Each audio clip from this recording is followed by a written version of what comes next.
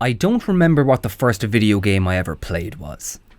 And I don't think I've ever been in love. But I do remember the first time I fell in love with a video game. And I do remember the first time I played it.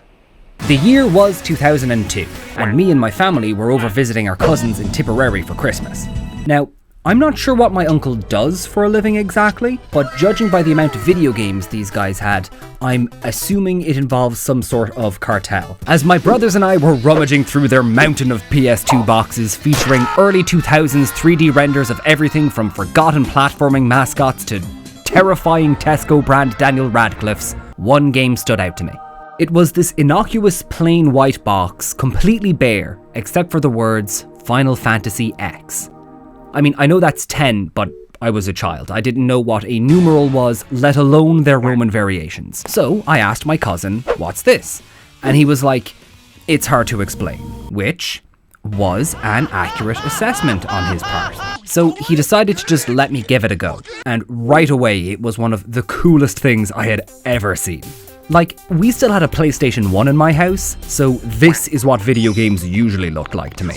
But suddenly I was in this beautiful, futuristic sci-fi world running around as this dude who is somehow wearing both less and more than the median level of pants. His name is Tidus, by the way, and he plays rugby. It's underwater, just hold his breath, I guess. It's fine, don't worry about it. But then he gets attacked by an eldritch sky whale, and you have to fight his dandruff, which is also bugs. Like I said, it's hard to explain, but it was fucking sick. You gotta understand, the only video games I had played at this stage were Tarzan, Microsoft Pinball, and that one Rayman game that was actually just maths. I didn't really know video games could be anything more than just levels and high scores. But suddenly, they could be this whole adventure, and I needed to be a part of it. That night, I asked my mom and dad if Santa could get us Final Fantasy X for Christmas that year. Ran downstairs that most wonderful festive morning, and dude, it was not there. I gave our parents like 3 days notice. They must have had a fucking heart attack. But thankfully, it was my little brother's birthday a few months later, and my older brother and I persuaded him into getting that as his present. It has been said that contained within the complete works of Shakespeare, there exists every single human emotion. The somber heartache of Romeo and Juliet, the all-consuming poisonous hatred of Hamlet, the whatever King Lear is about. Everything you will need to feel for the rest of your life is contained within the withered pages of these manuscripts. However, books are for nerds, and I am a jock. So, if you're like me, well then it's gotta be video games, baby! This thing's got everything. I'm talking action, romance, tragedy, monsters, sports, dudes with swords, magic, political intrigue, religious conspiracies, whatever the fuck this guy is. It's even got a big titty goth anime girlfriend. My god, those things are practically sarcastic. And just to be clear, anime is trash.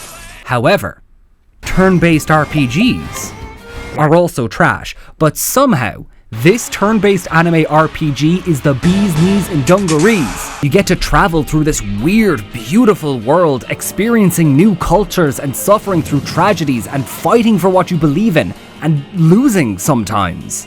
It's even the first time I allowed myself to get properly invested in a love story. Because, you know, that stuff is for dumb little girls. And I am a man.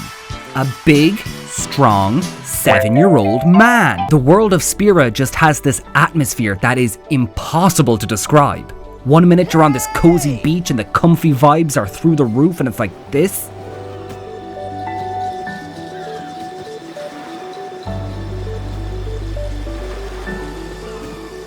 But then some sad shit happens and this weirdly hopeful melancholy kicks in and it's all...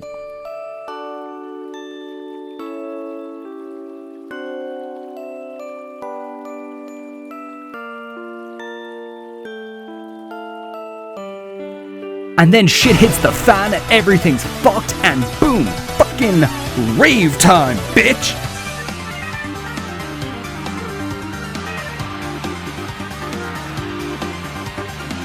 I'm sorry for calling you a bitch just now. And even though the game is exactly 1 million hours long, the constant threat of that Lovecraftian skyfish showing up and just decimating an entire village meant the pacing always felt urgent, and oh my god, dude, you literally defeat him with the power of friendship at the end, and they still manage to break your heart before the credits roll. Come on, you know I fuck with that profoundly sad cheese. It is, to put it simply, the perfect story.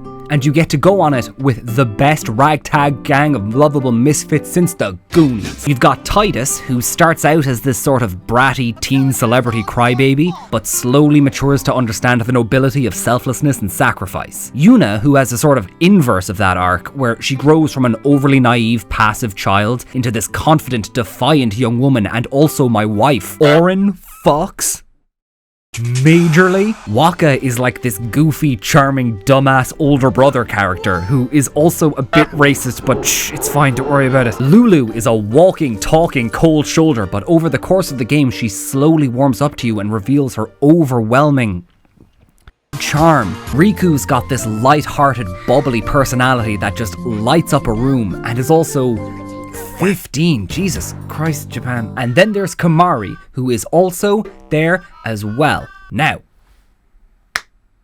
quick tangent.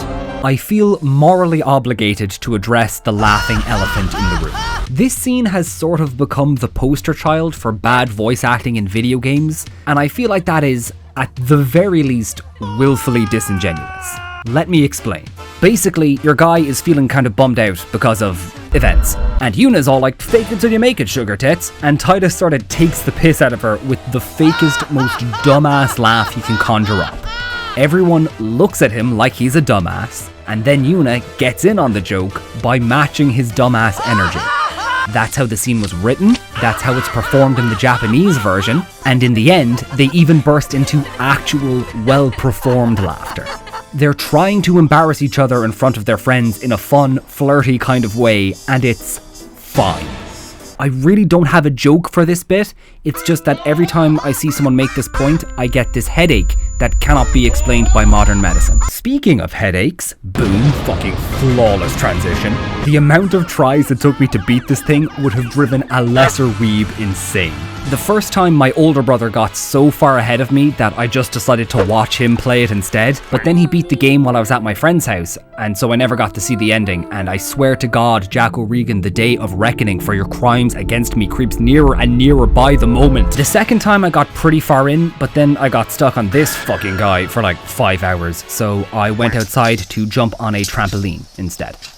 The third time I got way far in, but then my little brother accidentally saved over my game file, and I swear to God, Stephen O'Regan, the day of reckoning for your crimes against me creeps nearer and nearer by the moment. The fourth time I got to literally the last screen before the final boss, but then the power died and I hadn't saved in like 5 hours, so I just got annoyed and went outside to go jump on a trampoline again. The fifth time I got about halfway through, but then this girl I liked decided she was cool having sex with me, so I got distracted by that for about 3 years. And the sixth time I finally beat the last boss, but had spent way too long leveling up and getting all the super secret post-game weapons and stuff, so I just killed him in like 2 hits and felt nothing. So really, I feel like I owe this game another playthrough to finally get it done right. Maybe I'll even stream that on Twitch sometime, if I ever figure out what Twitch is. And look, I get it. If you haven't played this game, then you're probably looking at your screen right now thinking, Tom, what the fuck? You are so handsome, and I know that, I do. But please, let's try stay on topic here. You want to know why someone would go through so much effort just to finish a stupid video game. Because this shit matters, goddammit! There is a reason why so many people grow up loving Lord of the Rings or Star Wars or Harry Potter or whatever.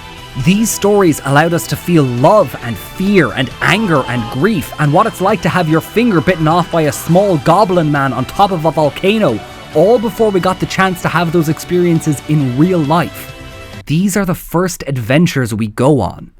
And for us 90s kids who grew up before the internet and somehow after books, a lot of us had that first adventure with video games. And for a lot of people, that video game was a Final Fantasy, probably one of these ones. And for me, that Final Fantasy was Final Fantasy X. So this dumbass love letter is a little different from my previous dumbass love letters, if you've seen those. Like Professor Layton, you can get all 3 of those games for less than 30 beans on your fucking phone. Play those games for the love of God. Devil May Cry is the most objectively fun bullshit I have ever seen, and if you like video games and haven't given it a go yet, then I will break into your home. But I don't know if I'm supposed to recommend Final Fantasy X.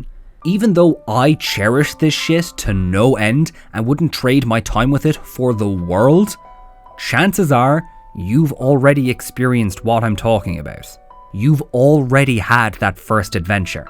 So even though this is my love letter to my adventure and my story, I want to take a second to appreciate your story too. Whichever medium you took that journey on, wherever you went, whatever you learned, and however it ended, I'm genuinely glad you got to have that experience. And I'm genuinely glad I got to have mine with Final Fantasy X. Jesus Christ, I'm such a fucking loser.